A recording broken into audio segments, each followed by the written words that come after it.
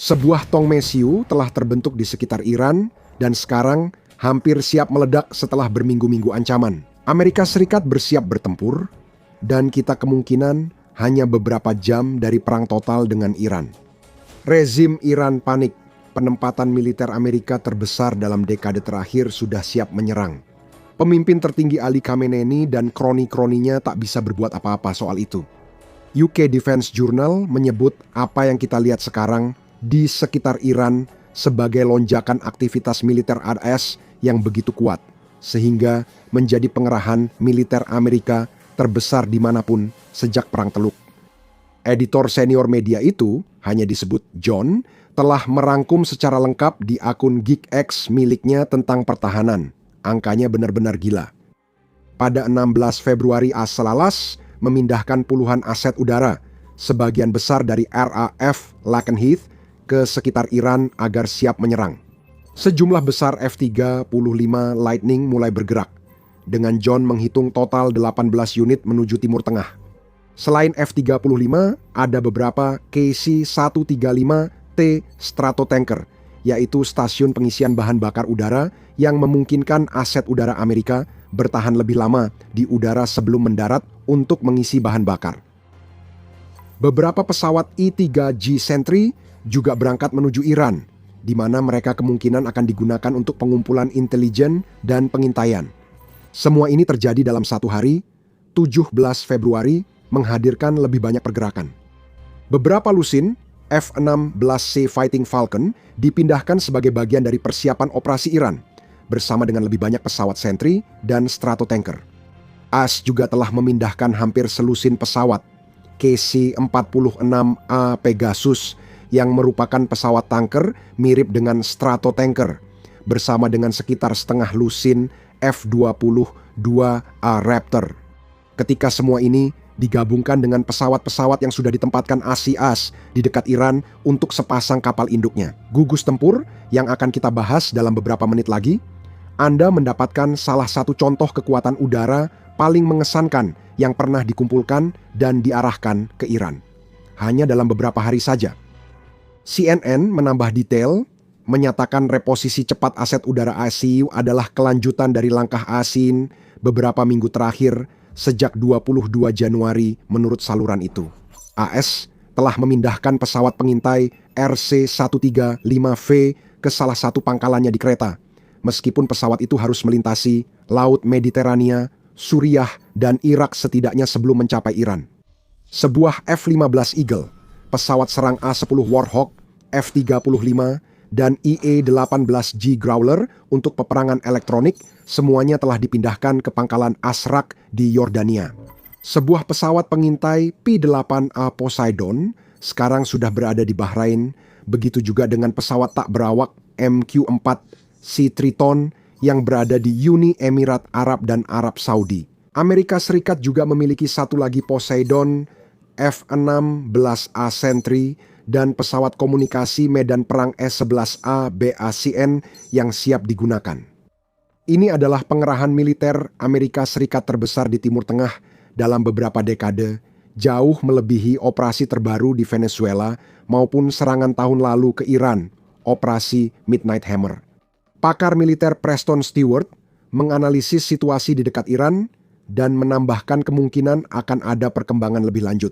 Pengerahan di sana belum berhenti, masih terus berlanjut, dan tidak ada yang seperti ini yang bisa saya ingat, setidaknya tidak ada yang seperti ini sejak awal tahun 2000-an, ketika Amerika Serikat melancarkan perang melawan terorisme dengan bantuan sekutu NATO-nya. Setelah serangan teroris 11 September 2001 di World Trade Center, sekarang ada satu hal yang hilang dari pengerahan besar-besaran ini. Namun sebelum itu, kita belum membahas aspek angkatan laut dari tindakan Amerika Serikat. Bukan hanya mengirimkan pesawat ke pangkalan-pangkalan di sekitar Iran, Amerika Serikat juga membangun sesuatu yang bisa disebut sebagai blokade laut di wilayah Teluk Persia. Dengan begitu, Amerika Serikat dapat mengerahkan kekuatan udara yang lebih besar lagi terhadap rezim Iran. Menurut laporan BBC, pada 16 Februari, kapal induk Amerika Serikat USS Abraham Lincoln beserta gugus tempurnya berlayar di perairan dekat Iran. Gugus itu mencakup 3 kapal perusak dengan kapal induknya sendiri juga menjadi rumah bagi 90 pesawat, termasuk lebih banyak lagi jet tempur F-35. Kapal itu akan bergabung dengan USS Gerald R. Ford yang menurut laporan France 24 berada di Samudra Atlantik dalam perjalanan dari Karibia menuju Timur Tengah pada 19 Februari. Itu akan menjadi satu lagi gugus tempur kapal induk di sekitar Iran dalam beberapa hari saja bersama dengan banyak pesawat yang dibawa oleh kapal induk tersebut. CNN memberikan lebih banyak detail dengan rincian semua aset angkatan laut yang sedang dikumpulkan Amerika Serikat di sekitar Iran dan di mana posisi mereka.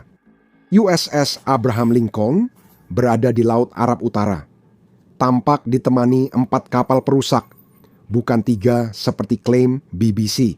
FA-18E Super Hornet, F-35, Sea Lightning Suligu II, IE-18G Growler, dan I-2 Hawkeye berada di kapal induk tersebut, bersama dengan helikopter MH-60 dan MH-60R Seahawk Angkatan Laut.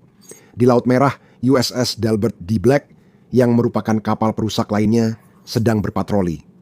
2 kapal tempur pesisir berada di Teluk Persia, sementara Amerika Serikat mengirim 2 kapal perusak dan 1 kapal tempur pesisir ke Selat Hormuz.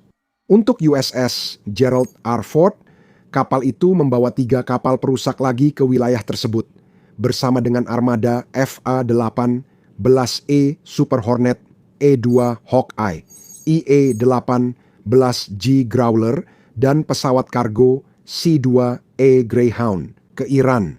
Seperti USS Abraham Lincoln, USS Gerald R. Ford juga memiliki helikopter angkatan laut Seahawk. Huff. Ketika kami menyebut ini pembangunan militer besar-besaran, sebutan itu terasa belum cukup. Ini tidak terasa seperti upaya alat AS dan pemerintahan Trump untuk pamer kekuatan. Kita melihat negara ini sedang bersiap untuk pertarungan serius. Tetap bersama kami hingga akhir video karena kami akan mengungkap apa arti pertarungan ini bagi ASES. Stewart menyoroti satu hal yang hilang dari pengerahan besar-besaran ini. Saat membandingkan dengan perang melawan teror, dia mengatakan satu hal penting yang hilang jika dibandingkan tahun 2003 adalah pasukan yang diterjunkan langsung. Jumlah marinir dan tentara militer ASEALAS yang berada di lapangan tidak sebanyak yang dibutuhkan untuk melakukan invasi darat ke Iran. Stewart benar, dan tidak adanya pasukan Al-Assad di dekat Iran seharusnya tidak mengejutkan, meski Al-Assad sering mengancam Iran. Amerika Serikat selalu hati-hati mengerahkan pasukan darat dalam perang dengan Iran. Musim panas 2025 Amerika Serikat meluncurkan operasi Midnight Hammer ke fasilitas nuklir Iran. Wakil Presiden J.D. Vance menegaskan perang Amerika hanya melawan program nuklir Iran, bukan Iran secara keseluruhan. Dia menambahkan bahwa Amerika Serikat tidak memiliki kepentingan untuk menempatkan pasukan di darat di Iran. Karena alasan ini, Amerika justru menggunakan operasi Midnight Hammer untuk membuka jalan bagi pembicaraan nuklir yang akan datang.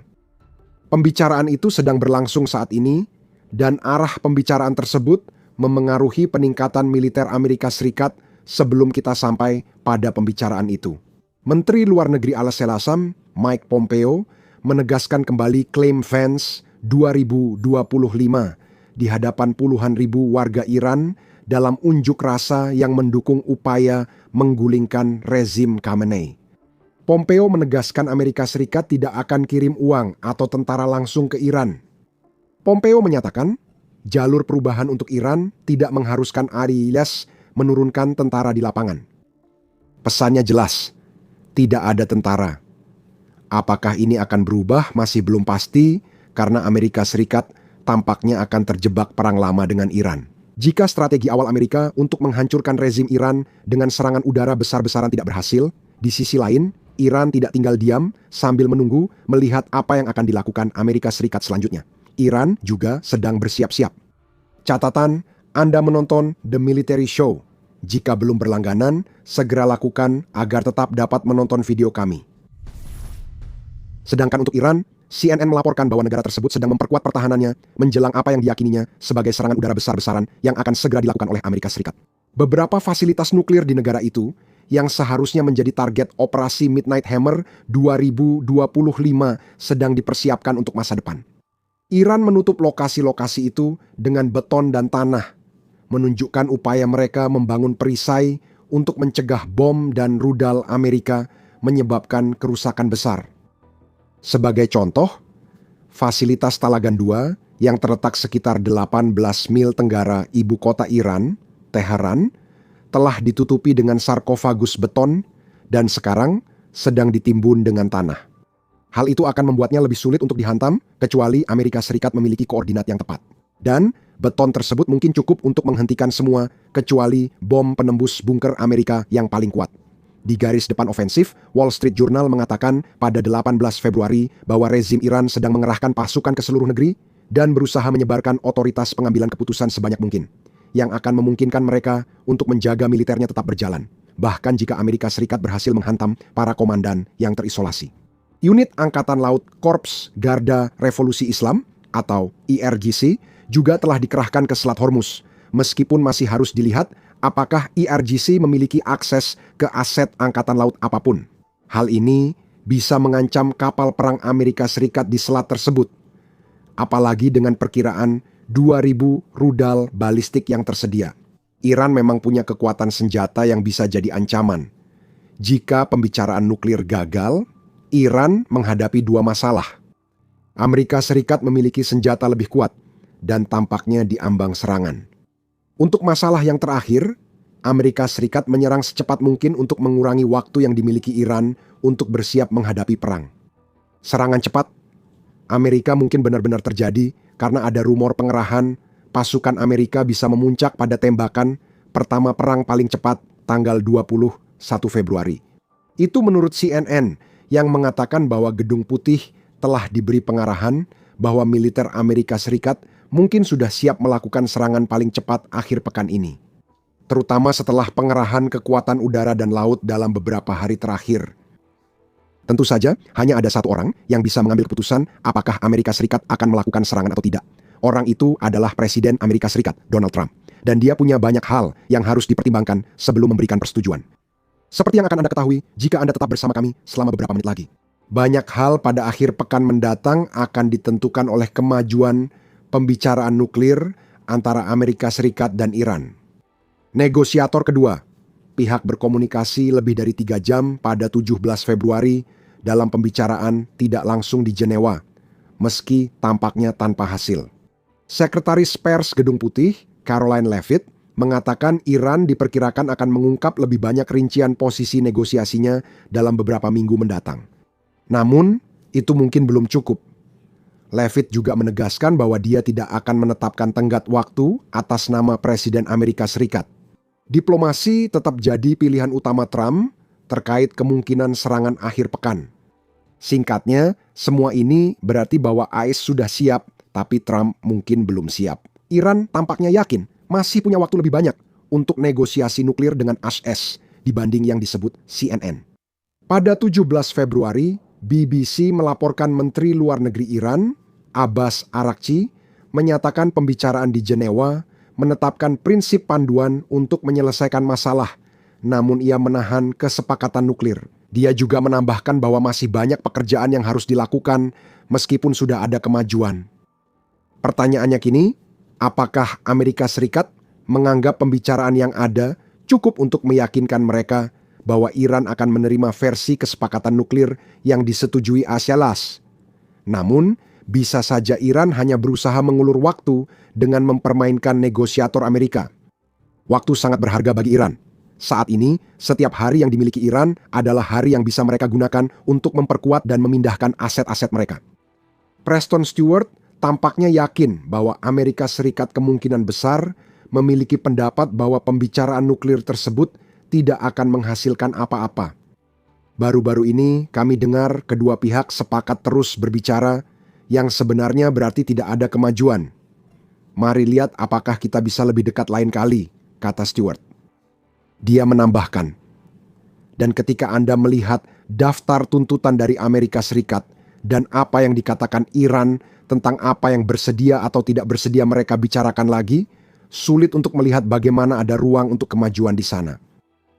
Jika Stewart benar, penumpukan kekuatan militer besar-besaran di sekitar Iran bisa memicu perang besar dalam waktu dekat. Apakah itu akan terjadi akhir pekan ini atau tidak? Tergantung pada sesuatu yang sudah kami sebutkan sebelumnya. Sadar mereka punya kekuatan militer yang bisa menjadi ancaman serius bagi Iran. Trump perlu mempertimbangkan pilihannya karena harapan pemerintahannya akan kehancuran cepat rezim Iran bisa berubah menjadi perang panjang yang mempengaruhi seluruh Timur Tengah. Stewart menyatakan Amerika Serikat masih mencari tahu tujuan akhirnya di Iran. Apakah Amerika Serikat hanya ingin menyelesaikan kesepakatan nuklir atau juga berniat mengakhiri rezim Khamenei dan membawa perubahan besar di Iran? Itulah yang diperjuangkan hingga tewas oleh lebih dari 36.500 pengunjuk rasa. Jawaban atas pertanyaan ini akan memengaruhi keputusan Trump. Amerika Serikat harus mempertimbangkan untung rugi perang sebelum bertindak jika memilih melanjutkan. Apa yang mungkin terjadi akhir pekan ini mungkin hanya awal dari kampanye beberapa minggu untuk melumpuhkan rezim Iran, menurut sumber Times of Israel. Sumber lain, Times of Israel menyebut kemungkinan 90% aksi militer terjadi dalam beberapa minggu ke depan. Jika itu terjadi, salah satu keuntungan yang bisa dimanfaatkan Trump, setidaknya dari segi kekuatan pasukan yang dikerahkan terhadap Iran, tampaknya adalah Amerika Serikat akan mendapat dukungan dari Israel. Menurut Al Jazeera, Presiden Israel, Benjamin Netanyahu, menganggap dirinya sejalan dengan Amerika Serikat dalam strategi memberikan tekanan maksimum terhadap Iran. Netanyahu juga dikabarkan telah mengatakan kepada Trump bahwa setiap kesepakatan nuklir yang ditandatangani akan sia-sia, yang menunjukkan bahwa Israel siap untuk berperang, bahkan mungkin lebih siap daripada Amerika Serikat. Setidaknya itu berarti Amerika Serikat memiliki sekutu, jadi mereka tidak melakukan semuanya sendiri. Menurut artikel Atlantic Council pada 15 Februari, ada beberapa alasan lagi mengapa Trump sebaiknya menggunakan militer ASS di Iran. Mungkin yang paling utama di antaranya adalah bahwa rezim Khamenei sedang berada pada titik terlemahnya dalam beberapa dekade. Artinya, Amerika Serikat kini punya peluang lebih besar mengubah Iran dibanding sejak revolusi Iran 1979. Besarnya pengaruh alasan itu pada Trump tergantung seberapa serius ia ingin menggulingkan rezim dibandingkan keinginannya menyelesaikan kesepakatan nuklir. Kewajiban moral yang muncul akibat tindakan keras rezim Iran yang brutal terhadap para pengunjuk rasa yang telah kami sebutkan sebelumnya merupakan alasan lain untuk memberikan lampu hijau yang mendukung sudut pandang perubahan rezim. Atlantic Council menyarankan Amerika Serikat mungkin perlu menyerang demi kredibilitas, apalagi jika peningkatan kekuatan militer tidak membuahkan hasil dari pembicaraan nuklir. Cadangan energi besar Iran dan potensi integrasinya ke pasar barat jika rezim berubah juga jadi poin tambah di kolom pro, seperti Amerika Serikat yang terlibat dengan rezim Iran sehingga memperoleh posisi lebih kuat di Timur Tengah. Jika memenangkan perang, dan tentu saja penggulingan rezim Khamenei bisa menuntaskan seluruh isu program senjata nuklir Iran. Tampaknya Amerika Serikat punya banyak keuntungan untuk memilih berperang dan mungkin itu sudah cukup. Namun, beberapa media lain telah mencatat bahwa ada unsur risiko tertentu yang melekat pada apa yang direncanakan Amerika Serikat. Menurut National Interest, kegagalan Amerika Serikat meraih kemenangan telak dan cepat dengan kekuatan udara dan laut bisa memperpanjang perang dan membuatnya lepas dari kendali Amerika. Iran mungkin memiliki kemampuan untuk memperpanjang konflik, terutama jika mereka menerapkan strategi asimetris yang mengandalkan penggunaan drone dan melindungi diri dari serangan bom Amerika yang paling parah. Jika tujuan Amerika Serikat adalah memaksakan perubahan rezim, bukan hanya memakai diplomasi kapal perang untuk mendapat kesepakatan militer, itu bisa jadi masalah. Yang terpenting, jika pemimpin Iran menyimpulkan ini tujuan utama Washington, mereka cenderung melihat setiap konfrontasi sebagai perjuangan bertahan hidup, bukan sekadar perang singkat seperti Perang 12 Hari menurut National Interest.